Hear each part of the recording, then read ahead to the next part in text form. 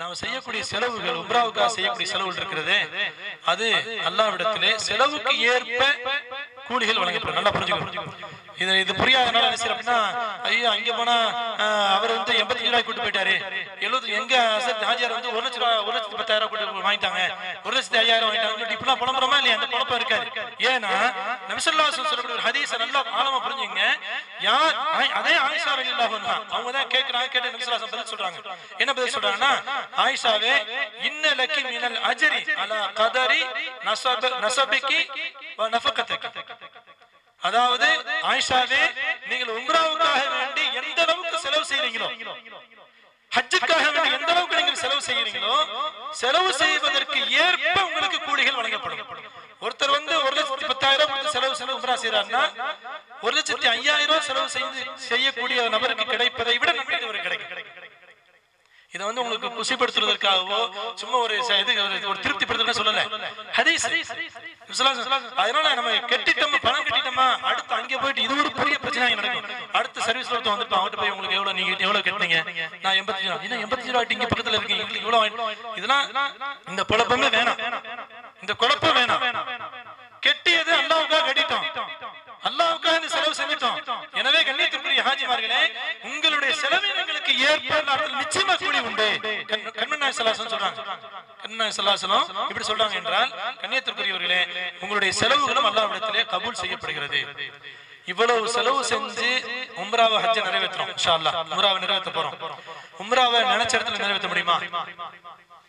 இங்க நிறைவேற்றணும், தொழுகிற மாதிரி பக்கத்துல பள்ளியாசல தொழுகிறோம், அந்த மாதிரி உம்ராவை ஹஜ்ஜை நிறைவேற்ற முடியாது.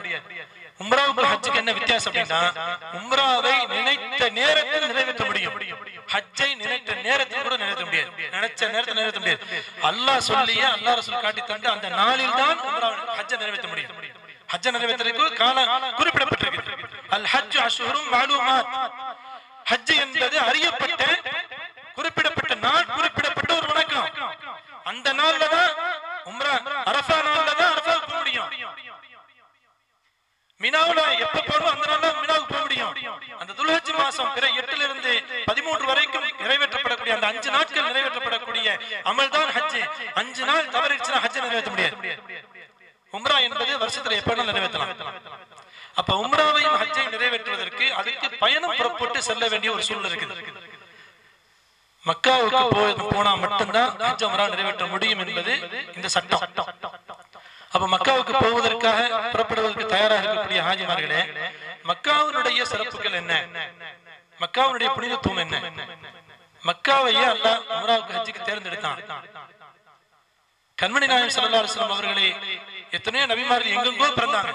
மிஸ்ர்ல பிறந்தாங்க, ஈஜிப்ட்ல பிறந்தாங்க, எங்க மிஸ்ர் ஈஜிப்ட் எல்லாம் ஒண்ணு, மிஸ்ர் பலஸ்தீன் எல்லாம் பல இடங்கள்ல பல தேசங்கள்ல அல்லாஹ் தஆலா நபிமார்களை பிறக்க செஞ்சான். கண்மணி இறுதி தூதர் பெருமானார் ஸல்லல்லாஹு அலைஹி வஸல்லம் அவர்களை பிறக்க செய்வதற்கு தேர்ந்தெடுத்த இடம் மக்கா. காரணம், மக்கா என்பது பூமி பந்தில், இந்த பூமி பந்திலேயே மக்கா என்பது அல்லாஹ்வுக்கு மிக விருப்பமான இடம். அதை விட இந்த பூமியில விருப்பமான இடம் வேற எதுவுமே இல்லை என்று சொல்லக்கூடிய அளவுக்கு அல்லாஹ்வுக்கு மிக விருப்பமான இடம் என்பது புனித மக்கா. காரணம், அங்கதான் காபத்துல்லா இருக்கு, அல்லாஹ்வுடைய வீடு, பைத்துல்லாஹ் என்று சொல்லக்கூடிய அல்லாஹ்வுடைய வீடு. இன்ன அவ்வல பைத்தின் உதியா லின்னாஸ், இன்ன அவ்வல பைத்தின் உதியா லின்னாஸ். நிச்சயமாக அல்லாஹ்வை வணங்குவதற்காக அல்லாஹ் ஏற்பாடு செய்த முதல் ஆலயம், அல்லாஹ் ஏற்பாடு செய்த முதல் ஆலயம் லல்லதி பிபக்கா, லல்லதி பிபக்கா, பக்கா. மக்காவுக்கு மறுபெயர் பக்கா, மக்காவுக்கு மறுபெயர் பக்கா. நிறைய பேர் இருக்கு, பலது, பலதுல் அமீன் என்றெல்லாம், உம்முல் குரா என்றெல்லாம் மக்காவுக்கு பேர் உண்டு. அதுல ஒரு பேர் அல்லாஹ் இந்த இடத்துல இந்த ஆயத்துல என்ன சொல்றான்னா, லல்லதி பிபக்கா, பக்கா என்ற மக்காவிலே இருக்கக்கூடிய அந்த ஆலயம் காபத்துல்லாஹ் தான் உலகத்தில் ஏற்பாடு செய்யப்பட்ட முதல் ஆலயம். இந்த பூமியிலே முதல் சஜ்தா நிறைவேற்றப்பட்ட இடம் காபத்துல்லாஹ். முதல் ஒரு மனிதன் முதல்ல சஜ்தா செஞ்ச முதல் இடம் இதுதான் காபத்துல்லாஹ் தான். மனிதர்களை படைக்கிறதுக்கு முன்னால அந்த காபத்துல்லாஹ்ல யாரு தவாப் செஞ்சானா, மலக்குமார்கள். மனிதர்களை படைக்கிறதுக்கு முன்னாலேயே அல்லாஹ் வந்து பூமியை பந்த, அதாவது தன் நீரால் இருந்த அந்த இடத்தை பூமியை வெளியாகிறதுக்கு அல்லாஹ் சொன்ன உடனேயே முதலாக அந்த நீர் ஒதுங்கி தரை தெரிந்த இடம் காபத்துல்லாஹ், பூமியினுடைய மையப்பகுதி. அந்த காபத்துல்லாஹ் தான் மனிதர்கள் அல்லாஹ்வை வணங்குவதற்காக ஏற்பாடு செய்யப்பட்ட முதல் ஆலயம். முபாரக்கம் வஹுதல் லில் ஆலமீன். அது எப்படிப்பட்ட இடம் என்றால் பரக்கத்தான பூமி, பரக்கத்தான பூமி, அகில மக்களுக்கு ஹிதாயத்தை நல்கக்கூடிய பூமி. அங்கிருந்துதான் ஹிதாயத், அங்கதான் அல்லாஹ்வுடைய ரஹ்மத் அரிசிலிருந்து முதல்ல இறங்குது. ஒவ்வொரு நாளும் 120 ரஹ்மத்துகள் இறங்குகிறது. ஒவ்வொரு நாளும் 120 ரஹ்மத்துகள் அல்லாஹ்வுடைய புறத்திலிருந்து, அல்லாஹ்வுடைய சன்னிதானத்து அரிசிலிருந்து காபத்துல்லாஹ்வுக்கு இறங்குது. அங்கிருந்து தான் உலகம் முழுக்க பிரிக்கப்படுது ரஹ்மத்துகள், அல்லாஹ்வுடைய ரஹ்மத்துகள். 120 ரஹ்மத்துல பாதி 60 ரஹ்மத் யாருக்கு? தவாஃப் செய்யக்கூடிய.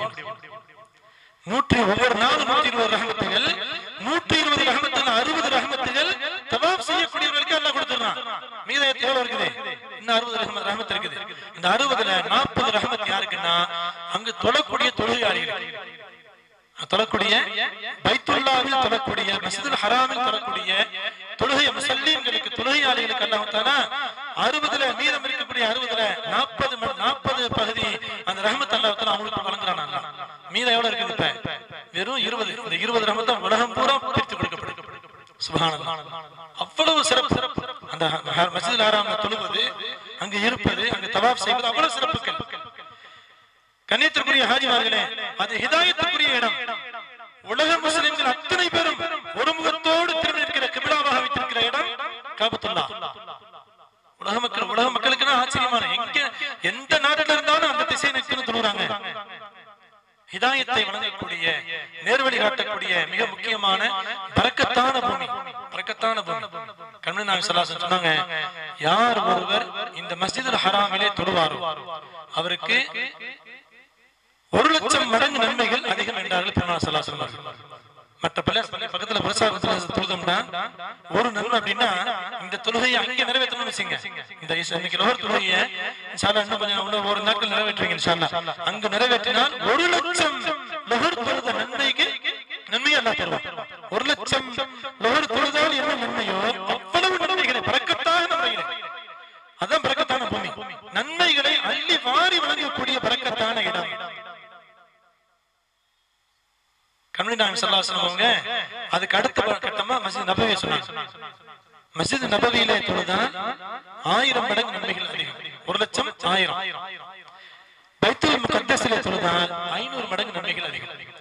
ஒரு லோஹர் தொழுகை இங்கே தொழுவதற்கும் அந்த 3 இடத்துல தொழுவதற்கு வித்தியாசம். அதனால நபி ஸல்லல்லாஹு அலைஹி வஸல்லம் சொன்னாங்க, 3 இடங்களுக்கு மட்டுமே நன்மையை நாடி பயணம் மேற்கொள்ளலாம். தொழுகைக்கான நன்மையை நாடி வேற எங்கே தொழுது, அந்த 3 பள்ளிகளை தவிர்த்து எங்கே தொழுதாலும் நன்மைகள் ஒன்றுதான். மஸ்ஜித் குபாவை தவிர்த்து, மஸ்ஜித் குபாவை தொழுதோம்னா என்ன, 2 ரக்காத் நஃபில் தொழுதாலே உம்ரா செய்த நன்மை கிடைச்சிடும். உம்ரா செய்த நன்மை கிடைச்சிடும். இப்ப இப்படி இது போன்ற பள்ளிகளை தவிர்த்து வேற எல்லா பள்ளிகளிலும் ஒரே நன்மைகளை நாடி இதற்குத்தான் செல்ல வேண்டும் என்று நபி ஸல்லல்லாஹு அலைஹி வஸல்லம் சொல்லி காட்டுறாங்க. அவ்வளவு பரக்கத்தான ஒரு இடம். ஃபீஹி ஆயாத்துன் பையினாத். மக்காவுல வேற என்ன இருக்குது? மக்காவுல இருக்கக்கூடிய அதிசய அற்புதம் வேற என்ன சிறப்புகள் இருக்குது? அல்லாஹ் சொல்றான், ஃபீஹி ஆயாத்துன் பையினாத். அங்கே ஏராளமான அல்லாஹ்வுடைய அத்தாட்சிகள் நிறைந்திருக்கிறது. ஆயாத்துன் பையினாத். அதில் ஒன்றுதான் மகாம் இப்ராஹிம். மகாம் இப்ராஹிம், இப்ராஹிம் அலைஹிஸ்ஸலாம் அவர்கள் எந்த கல் மீது ஏறி நின்று காபத்துல்லாவை கட்டினார்களோ அந்த கல்லை அல்லாஹ் ஒரு அத்தாட்சியாக, ஒரு ஆயத்தாக அல்லாஹ் தஆலா அந்த கல்லை உலகம் உள்ள வரைக்கும் பாதுகாக்கிறார். கல்லுல கால் பதியுமா? இப்ப நம்ம நடந்து வர்றோம், கால் இதுல பதியுமா? மண்ணுல பதியும், கல்ல பதியுமா? அல்லாஹ் கல்லுல பதிய வச்சான். ஏன்னா அத ஒரு அத்தாட்சியா கியாமத் வரைக்கும் இப்ராஹிம் அலைஹிஸ்ஸலாம் நினைவு கூறப்படணும். இப்ராஹிம் அலைஹிஸ்ஸலாம் அவருடைய புகழ் பாடப்படணும். கியாமத் வரைக்கும் நிலைச்சு நிக்கணும்ன்றதுக்காக அல்லாஹ் செஞ்ச பெரிய ஏற்பாடு என்னன்னா, எந்த கல் மீது நீ ஏறி காபத்துல்லா கட்டினாங்களோ அந்த கல்லில் அல்லாஹ் கால் பாதத்தை பதிக்க வைத்து மகாம் இப்ராஹிம் என்று சொல்லக்கூடிய அந்த கூண்டுக்குள்ள அதுதான் இருக்குது. அவனுடைய அந்த கல் பாதம் பதிந்த கல் தான் இருக்குது. ஃபீஹி ஆயாத்துன் பையினாத். அங்கே ஏராளமான அத்தாட்சிகள் உண்டு. மகாம் இப்ராஹிம் வமன் தகலஹு கான ஆமினா. அந்த மக்காவுக்குள் நுழைந்தவர் அச்சமற்றவராக ஆகிவிடுகிறார். அங்கே போயாச்சு நுழைஞ்சாச்சுன்னா எந்த பயமும் தேவையில்லை. எங்க சுத்தினாலும் வந்துடலாம். மௌத்தை தவிர அல்லாஹ் நாடி ஒருத்தருக்கு மௌத்தை கொடுத்துட்டானா அது ஒண்ணும் செய்ய முடியாது. மௌத் சொல்லலை என்றால் எத்தனை நேரம் போயிட்டு எங்க காணாம போனா பார்த்து கேள்விப்பட்டிருப்பீங்க. 2 நாள் காணாம போயிட்டாங்க, 3 நாள் காணாம போயிட்டாங்க, வந்துட்டாங்க. எந்த பயத்திற்கும் அச்சத்திற்கும் இல்லாத அபயம் அளிக்கக்கூடிய பூமி தான் அந்த பூமி. அவ்வளவு முக்கியமான மகத்துவமான பூமி. அங்கே ஏராளமான அத்தாட்சிகள் இருந்தாலும் சொன்னா சம்சம் மாவு சம்சம் அங்குதான் இருக்குது. அல்லாஹ்வுடைய காபத்துல்லா அங்குதான் இருக்குது. ஹஜ்ருல் அஸ்வத் அங்குதான் இருக்குது. சொர்க்கத்து கல்லு ஹஜ்ருல் அஸ்வத். இப்படி அல்லாஹ்வுடைய சஃபா மர்வா என்று சொல்லக்கூடிய அடையாள சின்னங்கள் அங்குதான் இருக்குது. அல்லாஹ் தஆலா இந்த ஆயத்திலே மேலும் ஆயத்தினுடைய தொடர்ச்சியில சொல்லும்போது வமன் தகலஹு கான ஆமினா, யார் மக்காவுக்குள் நுழைந்து விட்டாரோ அவர் அச்சமற்றவராக மாறிவிடுகிறார் என்று அல்லாஹ் சொல்லி காட்டுகிறார். கண்ணியத்துக்குரியவர்களே, இப்படி கண்மணி நாயகம் ஸல்லல்லாஹு அலைஹி வஸல்லம் அவர்கள் சொல்லக்கூடிய ஹதீஸ்களும் ஏராளம் இருக்கிறது. அல்லாஹ் அந்த பூமியை ஹராம் சொன்னா புனிதமாக்கினான். எப்ப ஆக்கினான்? வானம் பூமியை எப்ப படைச்சானோ, வானம் பூமியை அல்லாஹ் எப்போது படைத்தானோ அன்றிலிருந்து அல்லாஹ் மக்காவை புனிதமாக்கி விட்டான்.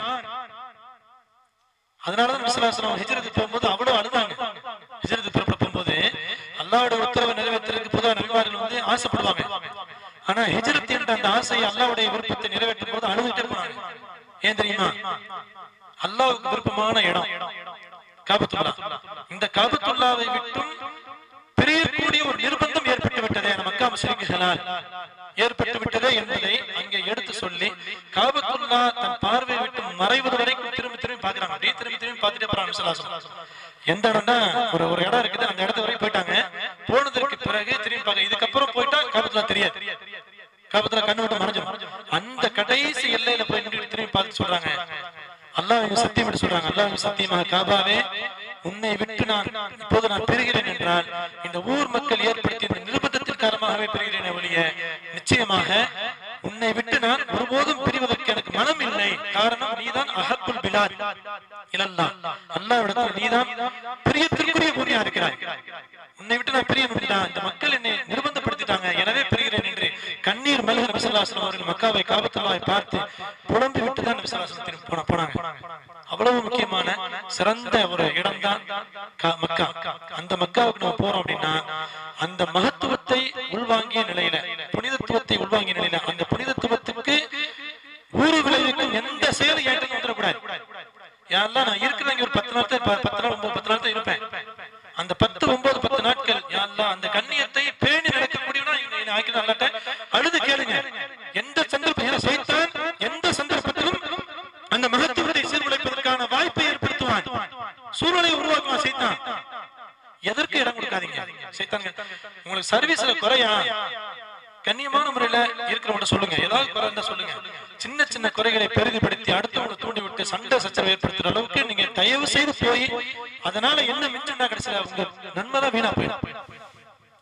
யார் ஒருவர் மக்காவிலே அநியாயம் செய்ய நாடுவாரோ, ஆயத்து, யார் ஒருவர் மக்காவிலே அநியாயம் செய்ய நாடுவாரோ நாடினாலே தீமை எழுதப்படும், பாவம் எழுதப்படும்.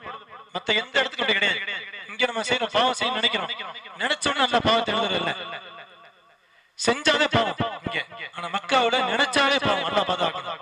பாவம் செய்ய நினைத்தாலே தண்டனைக்குரிய தீமை எழுதப்படுகிறது என்று சொல்லக்கூடிய அல்லாஹ் ஆயத்துல இறக்கி வச்சிருக்க. அப்படின்னா அங்க எவ்வளவு கவனமா இருக்கணும்ன்றது முக்கியம். ரொம்ப கவனமா இருக்கணும், பேணுதலா இருக்கணும், அந்த கண்ணியத்தை பாதுகாக்கணும். அதே போலதான் மதீனா, புனித மதீனா. மதீனாவும் கண்மணி நாயகம் ஸல்லல்லாஹு அலைஹி வஸல்லம் அவர்கள் இருக்கக்கூடிய ரவுலா ஷரீஃப் இருக்கக்கூடிய இடம். கண்மணி நாயகம் ஸல்லல்லாஹு அலைஹி வஸல்லம் அவர்கள் மா பைன பைத்தி வ மிம்பரி ரவுலத்தும் மின் ரியாதில் ஜன்னah, என்னுடைய வீட்டுக்கும் மிம்பர் படிக்கும் இருக்கக்கூடிய இடைப்பட்ட இந்த இடம் இருக்கிறதே, இது சுவனத்தின் பூங்கா என்றார்கள் பெருமானார் ஸல்லல்லாஹு அலைஹி வஸல்லம் அவர்கள். அல்லாஹ் உலகத்தை அழைக்கும் போது அந்த இடத்தை அப்படியே உயர்த்திடுவான், அந்த இடத்தை அல்லாஹ் உயர்த்திடுவான். சுவனத்தின் பகுதி என்று அல்லாஹ் நபி ஸல்லல்லாஹு அலைஹி வஸல்லம் வர்ணித்தார்கள். அப்படிப்பட்ட இடம் இங்க இருக்குது. 10,000க்கும் மேற்பட்ட சஹாபாக்கள் அடக்கம் செய்யப்பட்டிருக்கிற பூமி அந்த மதீனா. 10,000க்கும் மேற்பட்ட சஹாபாக்கள் அடக்கம் செய்யப்பட்டிருக்காங்க. மிக முக்கியமான ஒரு புனிதமான பூமி. சொல்றாங்க, அல்லாஹ் மக்காவை ஹராமாக்கினான், மக்காவை புனிதமாக்கினான், மதீனாவை நான் புனிதமாக்குகிறேன் என்று சொன்னார்கள் பெருமானார் ஸல்லல்லாஹு அலைஹி வஸல்லம். கண்மணி நாயகம் ஸல்லல்லாஹு அலைஹி வஸல்லம் புனிதமாக்கிய பூமி மதீனா. இப்படி ஏராளமான மகத்துவங்களை கொண்டிருக்கக்கூடிய, சிறப்புகளை கொண்டிருக்கக்கூடிய மக்காவும் மதீனாவும் மிக முக்கியமான இடங்கள். அந்த இடத்திற்கு நீங்கள் உம்ரா செய்வதற்காக செல்லக்கூடிய நீங்கள் உம்ராவுடைய எல்லா காரியத்தை முடித்து விட்டு இன்ஷா அல்லாஹ் மதீனாவுக்கு போவீங்க. மதீனாவுடைய புனிதத்துவத்தை பேணி நடந்து ஆக மொத்தம் இந்த 15 நாட்கள் நம்ம இங்க இருக்கும் போது நம்முடைய கேரக்டர் வேறவா இருக்கலாம். எடுத்துக்கலாம் கோவப்படக்கூடியவங்களா இருக்கலாம், எடுத்ததுக்கெல்லாம் எரிச்சப்படக்கூடியவங்களா இருக்கலாம், டென்ஷன் ஆகக்கூடியவங்களா இருக்கலாம், ஒரு பெரிய ஜமாத் தலைவரா இருக்கலாம், ஒரு பெரிய பெரிய செல்வ சீமானா இருக்கலாம். எப்படி வேணா நீங்க எவ்வளவு பேர் எப்படி வேணா இருக்கலாம்.